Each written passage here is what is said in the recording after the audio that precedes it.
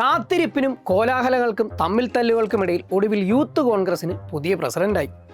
KPCC പിടിച്ചു കോൺഗ്രസ് ആകെ തൻ്റെ കൈപ്പിടിയിലാക്കി മുഖ്യമന്ത്രിയാകാൻ കച്ചകെട്ടുന്ന KC വേണുഗോപാലിൻ്റെ പ്ലാനിൽ മോഹം പൊലിഞ്ഞ അബിൻ വർക്കിയും അസ്വാരസ്യങ്ങളിൽ അതൃപ്തനായി എതിർ ടീം കെട്ടിപ്പടുക്കാൻ ചെന്നിത്തലയും ഐ ഗ്രൂപ്പും മറുവശത്ത് തയ്യാറെടുക്കുമ്പോൾ KCയുടെ പുതിയ കണ്ടെത്തലായ യൂത്ത് കോൺഗ്രസ് അധ്യക്ഷനോട് ചോദിക്കേണ്ട അനിവാര്യമായ ഒരു ചോദ്യമില്ലേ? എന്തായി വയനാട് പ്രഖ്യാപിച്ച ആ 30 വീടുകൾ? വയനാട് വീട് പ്രഖ്യാപിച്ചത് ഞങ്ങൾ യൂത്ത് കോൺഗ്രസിന്റെ ഒരു കൂട്ടായ തീരുമാനത്തിന്റെ ഭാഗമായിട്ടാണ്. അതിന്റെ പ്രവർത്തനങ്ങളും ഞങ്ങൾ കൂട്ടായ തീരുമാനത്തിന്റെ ഭാഗമായി തന്നെ നടപ്പാക്കേണ്ടതാണ്. അത് ഞങ്ങൾ പ്രഖ്യാപിച്ച ഞങ്ങളുടെ കമ്മിറ്റ്മെന്റ് ആണ്. അത് ഞങ്ങൾ പൂർത്തീകരിക്കും. ഈ കമ്മിറ്റ്മെന്റ് എന്ന് കൈമാറും? സർക്കാരിന്റെ വീട് വരുമ്പോൾ തന്നെ യൂത്ത് കോൺഗ്രസിന്റെ വീടും ഉണ്ടാവും. അതിനു മുൻപോ? അതിന് മുമ്പും വരും. എന്നിട്ട് ഇനിയിപ്പോ പഴയ പ്രസിഡന്റിനെ പോലെ വീട് നിർമ്മിച്ചു നൽകിയില്ലെങ്കിൽ എന്ത് ചെയ്യും? അതിനുത്തരം പഴയ പ്രസിഡന്റ് രാഹുൽ മാങ്കൂട്ടത്തിൽ തന്നെ നമ്മളോട് പറഞ്ഞിട്ടുണ്ട്. Are you sure about this? We are confident enough.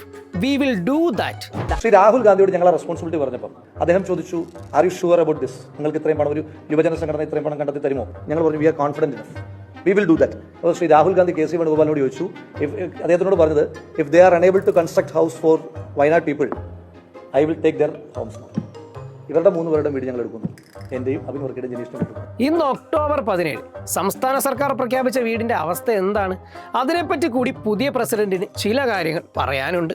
770 കോടി രൂപ കയ്യിലിരിക്കുന്ന സർക്കാർ ഒരു കൊല്ലം കഴിഞ്ഞിട്ടാണ് ഒരു മാതൃകാ വീട് നിർമ്മിച്ച് കാണിച്ചത്. എല്ലാ അധികാരമുള്ള സ്റ്റേറ്റാണ്. സ്ഥലം ഏറ്റെടുക്കാൻ, സ്ഥലത്തിന്റെ സാങ്കേതിക തടസ്സങ്ങൾ ഒഴിവാക്കാൻ, ഇനി പണം കൊടുക്കാൻ ഈ നാട്ടിലെ ജനങ്ങൾ മുഴുവൻ തയ്യാറായി നിൽക്കുന്നു. വിദേശത്ത് ഉൾപ്പെടെ ആളുകൾ തയ്യാറാകുന്നു. കർണാടക സർക്കാർ ഉൾപ്പെടെ സഹായധനമായി കടന്നു വരാൻ തയ്യാറാകുന്നു. അങ്ങനെ എത്രയോ ആളുകൾ സഹായധനമൊക്കെ പ്രഖ്യാപിച്ചിട്ടും 770 കോടി രൂപ അക്കൗണ്ടിലേക്ക് വന്നിട്ടും ആ പണം ഉപയോഗിച്ച് നാട്ടിലെ സാധാരണക്കാർക്ക് ഒരു ഉപകാരം സർക്കാരിന്റെ ഭാഗത്തുണ്ടായിട്ടില്ല. സർക്കാർ പ്രഖ്യാപിച്ച വീട് പണിയുടെ പുരോഗമനം നമുക്ക് നോക്കിയാലോ?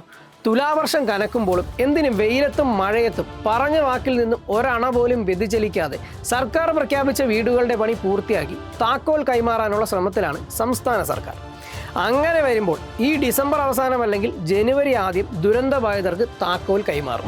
മുണ്ടക്കൈ ചൂരൽമല ദുരന്തബാധിതർക്കായി സർക്കാർ ഒരുക്കുന്ന ടൗൺഷിപ്പിൽ അതിവേഗമാണ് നിർമ്മാണ പ്രവർത്തനങ്ങൾ പുരോഗമിക്കുന്നത്. 300 വീടുകളാണ് ഡിസംബർ 31 തീർക്കുമെന്ന് ULCCS അറിയിച്ചിരുന്നത്. അത് ഏതാണ്ട് ആ ലക്ഷ്യത്തിൽ എത്തുമെന്ന് തന്നെയാണ് കഴിഞ്ഞ ദിവസം സ്ഥലം സന്ദർശിച്ച മന്ത്രി K രാജനും പറഞ്ഞത്. ഭൂമി പോലും കണ്ടെത്താനാകാതെ 2 മാസം തികയുന്നതിന് മുൻപ് യൂത്ത് കോൺഗ്രസ് 30 വീടുകൾ നിർമ്മിച്ചു നൽകുമെന്ന് നമ്മൾ വിശ്വസിക്കണമല്ലേ?